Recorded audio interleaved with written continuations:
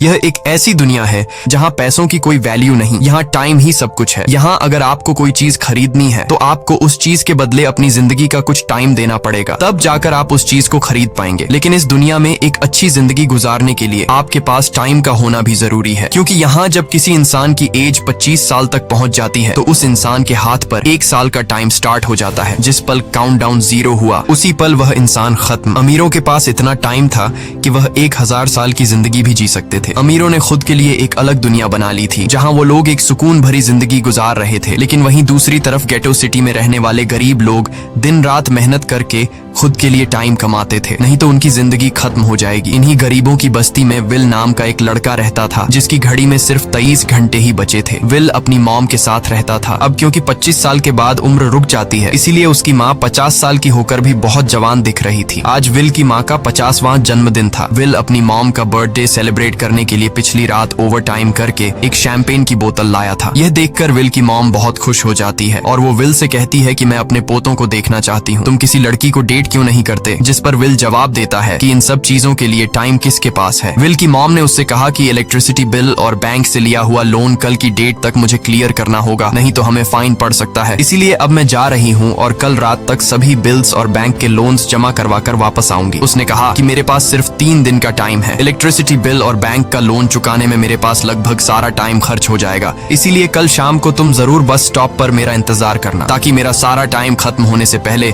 मैं तुमसे कुछ टाइम ले सकूं। इस पर विल ने कहा ठीक है, मैं टाइम पर पहुंच जाऊंगा। जाने से पहले विल की माँ विल के हाथ को छूकर उसकी बॉडी में 30 मिनट ट्रांसफर करती है ताकि विल अच्छा नाश्ता खरीद कर खा सके। इसके बाद दोनों अपने अपने काम पर निकल गए। रास्ते में विल के पास एक छोटी बच्ची आती है। वो विल को एक कैप्सूल देकर विल से उसका थोड़ा सा टाइम मांगती है। विल मुस्कुराते हुए उस छोटी बच्ची को कैप्सूल में अपनी जिंदगी का 5 मिनट का टाइम दे देता है और वह चली जाती है। यहाँ हमें पता चलता है कि यह लोग अपने टाइम को एक कैप्सूल में स्टोर भी कर सकते हैं, जिससे यह लोग कभी भी यूज और ट्रांसफर कर सकते हैं। इसके बाद विल काम के लिए फैक्ट्री पहुंच जाता है। काम शुरू करने से पहले वह कॉफी लेने जाता है, लेकिन वहां वह देखता है कि हर एक चीज का दाम डबल हो गया है। जहां पहले कॉफी 2 मिनट की मिलती थी, अब उसका प्राइस डबल होकर 4 मिनट हो चुका है। यहाँ पर कभी भी किसी चीज का भी दाम बढ़ा दिया जाता है बिना किसी अनाउंसमेंट के। ये बात विल को बहुत बुरी लगती है। मजबूरी में विल ने भी कॉफी के लिए अपनी जिंदगी के 4 मिनट पे किए और काम पर लग गया। दिन भर के काम के बाद रात के वक्त विल अपने दोस्त के साथ एक बार में जाता है। विल का दोस्त एक नंबर का शराबी था। वह हर वक्त शराब के नशे में टली रहता। विल का दोस्त विल को इशारे में बताता है कि वह आदमी सबको फ्री में दारू पिला रहा है और उसके पास बहुत ज्यादा टाइम है। ये सुनकर विल ने जब उस आदमी की तरफ देखा तो उसे चारों तरफ से लड़कियों ने घेरा हुआ था। विल की जब उस आदमी की घड़ी पर नजर गई तो उस आदमी के पास 116 साल का टाइम था। ये देखकर विल समझ जाता है कि यह आदमी ग्रीनिच सिटी से है, क्योंकि गेटो सिटी में लोगों के पास ज्यादा से ज्यादा 2 दिन का टाइम होता है। विल उस आदमी के पास आया और उसे वार्न करने लगा कि यहाँ पर तुम्हें नहीं होना चाहिए था। यहाँ चोरों का खतरा है, ये लोग तुम्हें मारकर तुम्हारा टाइम चुरा लेंगे, इसलिए जल्दी से यहाँ से निकल जाओ। लेकिन वो आदमी विल की बातों को सीरियस नहीं लेता और उसे इग्नोर करके ड्रिंक करने लग जाता है। तभी उस बार में फोर्टिस नाम का एक गैंगस्टर अपने ग्रुप के साथ आया, जिसे देखकर सारे लोग बाहर निकल भागे। दरअसल यह शहर के सबसे बड़े गुंडे हैं जो लोगों से जबरदस्ती टाइम चुराते हैं। विल का दोस्त विल को पकड़कर ले जाने लगा, लेकिन विल ने जाने से इनकार कर दिया और वहाँ एक कोने में छिपकर सब कुछ देखने लगा। फोर्टिस उस अमीर आदमी से उसका सारा टाइम लूटने आया था। फोर्टिस उस अमीर आदमी को चैलेंज करता है कि चलो पंजा लड़ाते हैं और जो हारेगा वह अपना सारा टाइम जीतने वाले को दे देगा। ये टाइम फाइट आर्म रेसलिंग की तरह थी, जिसमें 2 लोगों को एक दूसरे की कलाई पकड़नी होती थी। जिस भी इंसान की कलाई नीचे होती थी उसका टाइम घटने लगता था और वो टाइम उस आदमी के हाथ में ट्रांसफर होने लगता था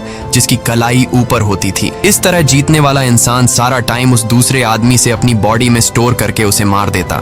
फोर्टिस उस आदमी से कहता है, क्या तुम इसके लिए तैयार हो? इस पर उस अमीर आदमी ने कहा कि मैंने बहुत ज्यादा ड्रिंक की हुई है, इसलिए मुझे कुछ टाइम चाहिए, उसके बाद मैं तुम्हारे चैलेंज के लिए तैयार हूँ। फोर्टिस कहता है कि ठीक है, ये तुम्हारी आखिरी ख्वाहिश है, जाओ, मैं तुम्हें तैयार होने के लिए कुछ मिनट देता हूँ। फोर्टिस उसके साथ अपना एक आदमी भी भेज देता है ताकि यह भाग न सके। वो अमीर आदमी बाथरूम में आकर बहुत ज्यादा उल्टियां करने लग जाता है, क्योंकि उसे काफी चढ़ गई थी। इसलिए अगर वो इस हालत में फोर्टिस से पंजा लड़ता तो इस अमीर आदमी का हारना कंफर्म था। तभी विल वहां पर आ जाता है। वो फोर्टिस के आदमी को मारकर उस अमीर आदमी को अपने साथ उस जगह से बाहर निकाल लेता है और उसे फोर्टिस से बचाकर एक सेफ जगह पे ले आया। विल ने उस अमीर आदमी से कहा कि मैंने तुमसे कहा भी कि तुम्हारी जान को खतरा है, तुम जानबूझकर अपना टाइम क्यों बर्बाद कर रहे हो। वो आदमी विल को अपना नाम हेनरी बताता है और वो विल से पूछता है कि तुम्हारी उम्र कितनी है। विल ने बताया 28 साल। हेनरी ने कहा, मेरी मेरी उम्र 105 साल है और अब मैं जिंदगी से थक चुका हूँ। मैंने अपनी लाइफ में हर एक चीज का मजा लिया है और अब मुझे इस जिंदगी की जरूरत नहीं है। मैं जीना नहीं चाहता। ये सुनकर विल ने हैरानी से पूछा, आखिर तुम कहना क्या चाहते हो? इस पर हेनरी ने कहा, लगता है तुम अब तक हकीकत से अनजान हो। क्या तुमने कभी सोचा है कि इस दुनिया में अलग अलग टाइम जोन्स क्यों बनाए गए हैं? आखिर क्यों तुम्हारे टाइम जोन गेटो में किसी भी वक्त चीजों के दाम और टैक्स बढ़ा दिए जाते हैं? दरअसल महंगाई जानबूझकर बढ़ा दी जाती है ताकि गरीब लोग मरते रहें और उनकी मौत का फायदा ग्रीनविच टाइम जोन के अमीर लोगों को होता रहे। असल में ये सारा सिस्टम उन्हीं का बनाया हुआ है। जरा सोचो, वहाँ ग्रीनविच टाइम जोन में लोगों के पास जीने के लिए हजारों साल हैं, लेकिन यहाँ गेटो में तुम लोग हर रोज जीने के लिए मेहनत मजदूरी करते हो। ऐसा इसलिए है क्योंकि उन्होंने तुम्हें यह करने के लिए मजबूर किया है। वो लोग तुम लोगों को ज्यादा टाइम देना ही नहीं चाहते ताकि तुम लोग मजबूरी में उनके लिए काम करते रहो। वो लोग महंगाई बढ़ाकर तुम्हें ज्यादा से ज्यादा टाइम खर्च करने पर मजबूर करते हैं ताकि तुम्हारे टाइम से वो हमेशा की जिंदगी जी सकें। उन्होंने अपनी जिंदगी का हर एक दिन गरीबों की मौत से इकट्ठा किया है और मैं ऐसी जिंदगी बिल्कुल भी नहीं जीना चाहता जो किसी गरीब मजबूर इंसान की मौत से मिली हो। ये सब सुनकर विल समझ गया कि हेनरी बहुत ही नेक दिल इंसान है। हेनरी ने विल से आगे पूछा, अगर तुम्हारे पास मेरे जितना टाइम होता तो तुम क्या करते? विल ने मुस्कुराकर कहा कि सबसे पहले मैं बार बार टाइम को देखना छोड़ देता, क्योंकि उस वक्त भी विल के पास सिर्फ 18 घंटे होते हैं। वो सोने से पहले, सोने के बाद, खाना खाते टाइम हर वक्त अपनी घड़ी देखता रहता है, क्योंकि मुझे डर लगता है कि कहीं मेरा टाइम खत्म न हो जाए और मैं मर न जाऊं। विल कहता है कि मेरी मॉम घर संभालने के लिए बहुत ज्यादा मेहनत करती है। अगर मेरे पास तुम्हारी तरह इतना ज्यादा टाइम होता तो मैं अपनी मॉम के लिए ग्रीनविच सिटी में एक अच्छा घर खरीदता और हम दोनों वहाँ पर खुशी से जिंदगी गुजारते। इसके बाद विल ने हेनरी से कहा, आज रात हमें यहीं रुकना होगा, सुबह तक खतरा टल जाएगा, तब तुम वापस अपने घर लौट जाना। इसके बाद ये दोनों सो जाते हैं। सुबह उठकर हेनरी देखता है कि विल अभी भी सो रहा है। वो विल के पास आता है और उसके पास जितना भी टाइम होता है वो सारा का सारा विल को ट्रांसफर कर देता है और अपने पास कुछ ही मिनट बचाकर एक ब्रिज के ऊपर जाकर बैठ जाता है। विल जब नींद से जागा तो उसने देखा कि हेनरी वहां से जा चुका है।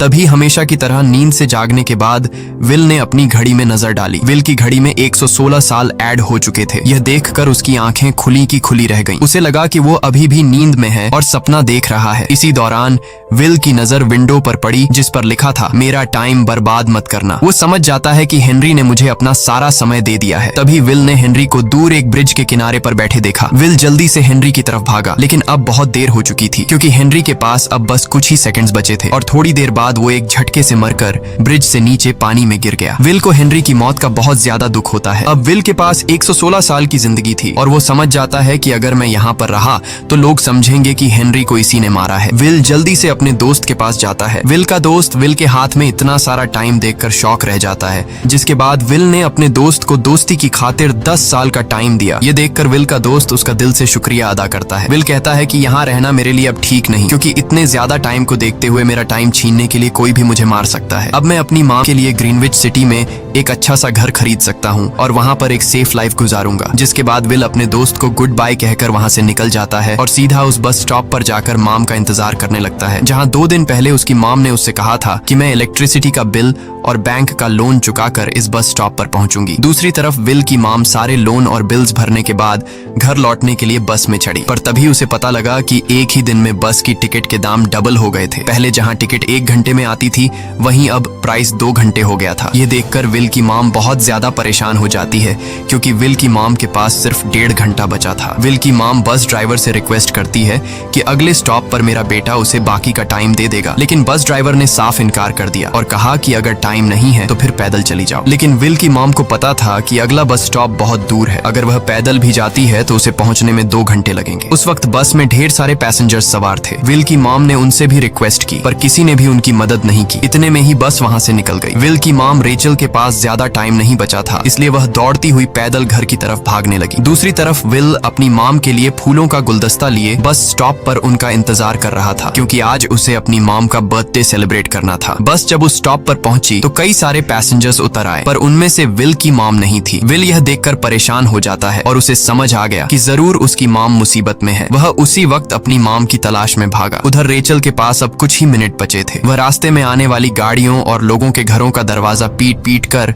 उनसे थोड़ा समय उधार मांग रही थी, लेकिन कोई भी उसकी मदद करने को तैयार नहीं था। इधर विल जब कुछ दूर गया तो उसे उसकी मॉम दौड़ती हुई नजर आ गई। अपनी मॉम को भागते हुए देख विल समझ गया कि उनके पास ज्यादा टाइम नहीं है। वह अपना हाथ आगे करके तेजी से उनकी तरफ दौड़ने लगा। उधर रेचल के पास अब सिर्फ 10 सेकंड्स ही रह गए थे। वह भी पूरी तेजी से विल की ओर भाग रही थी, लेकिन जैसे ही रेचल अपने बेटे विल के पास पहुंची, उसका टाइम खत्म हो जाता है और वह मर जाती है। यह देखकर विल को बहुत दुख होता है, क्योंकि उसने अपनी मॉम के लिए क्या कुछ नहीं सोचा था। वह चीख चीख कर रोने लगा। अगली सुबह तक